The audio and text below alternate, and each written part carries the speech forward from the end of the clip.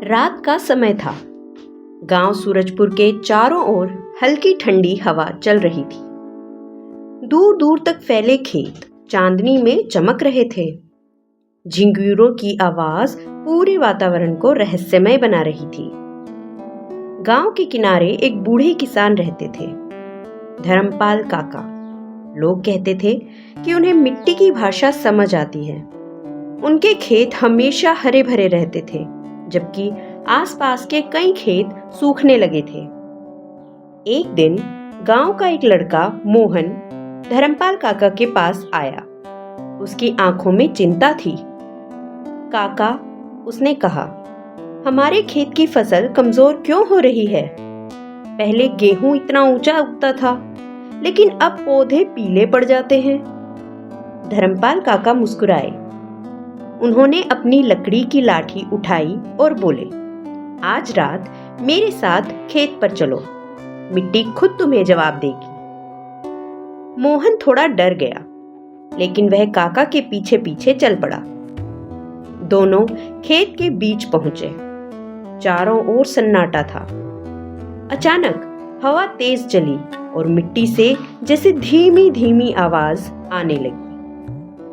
मोहन डरकर पीछे हट गया।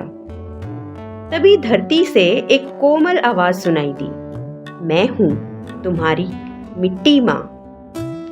मोहन की आंखें फैल गईं। मिट्टी मां बोली, तुम लोग हर साल मुझसे फसल लेते हो।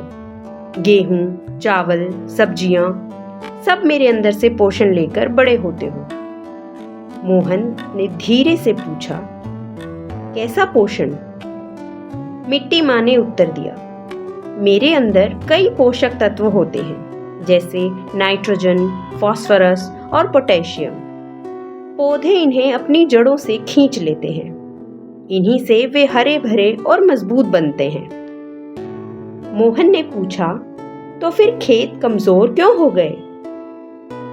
मिट्टी मां की आवाज धीमी हो गई, क्योंकि तुम लोग सिर्फ लेते रहे, वापस कुछ नहीं दिया।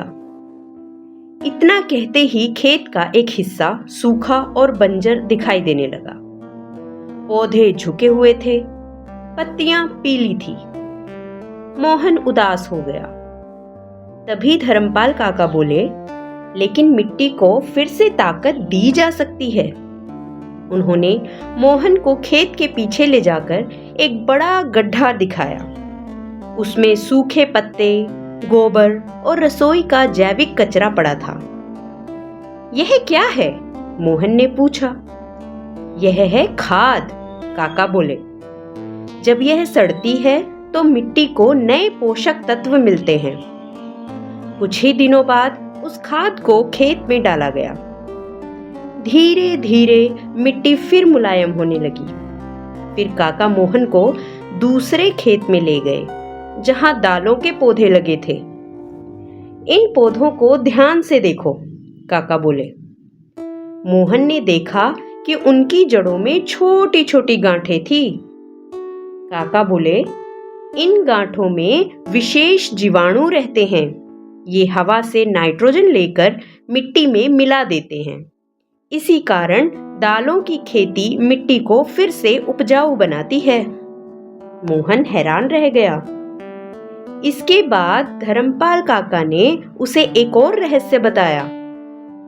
अगर हर साल एक ही फसल उगाई जाए, काका बोले, तो मिट्टी के वही पोषक तत्व बार बार खत्म होते रहते हैं।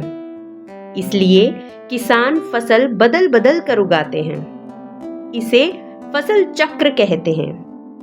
मोहन अब समझने लगा था। कुछ महीनों बाद गांव में बारिश हुई। खेत फिर से हरे भरे हो गए। हवा में मिट्टी की खुशबू फैल गई।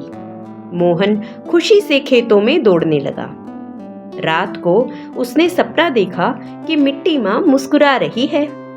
उन्होंने कहा, जब तुम मेरा ध्यान रखते हो, तब मैं तुम्हें जीवन देती हूँ। सुबह होते ही मोहन ने पूरे गांव को यह बात बताई। मिट्टी सिर्फ मिट्टी नहीं, हमारी माँ है। जितना हम उससे लेते हैं, उतना उसे लौटाना भी जरूरी है। और उस दिन के बाद सूरजपुर गांव के किसान खाद डालने लगे, फसल चक्र अपनाने लगे और मिट्टी का सम्मान करने लगे। धीरे धीरे पूरा गांव फिर से हरा भरा हो गया। कहानी से सीख। पौधे मिट्टी से पोषक तत्व लेते हैं। लगातार खेती करने से मिट्टी कमजोर हो जाती है। खाद, उर्वरक और फसल चक्र से मिट्टी के पोषक तत्व फिर से भर जाते हैं। दालों वाले पौधे मिट्टी में नाइट्रोजन बढ़ाने में मदद करते हैं। तो बच्चों, कैसी लगी कहानी? ये कहानी थी मिट्टी को कैसे हम रिजुवनेट करते हैं, यानी उसमें फिर से जीवन देने की क्षमता को कैसे ला सकते हैं। ऐसी और रोचक कहानियों से सीखने के लिए सीखो स्टोरी टाइम को लाइक, शेयर और सब्सक्राइब करें। Thank you.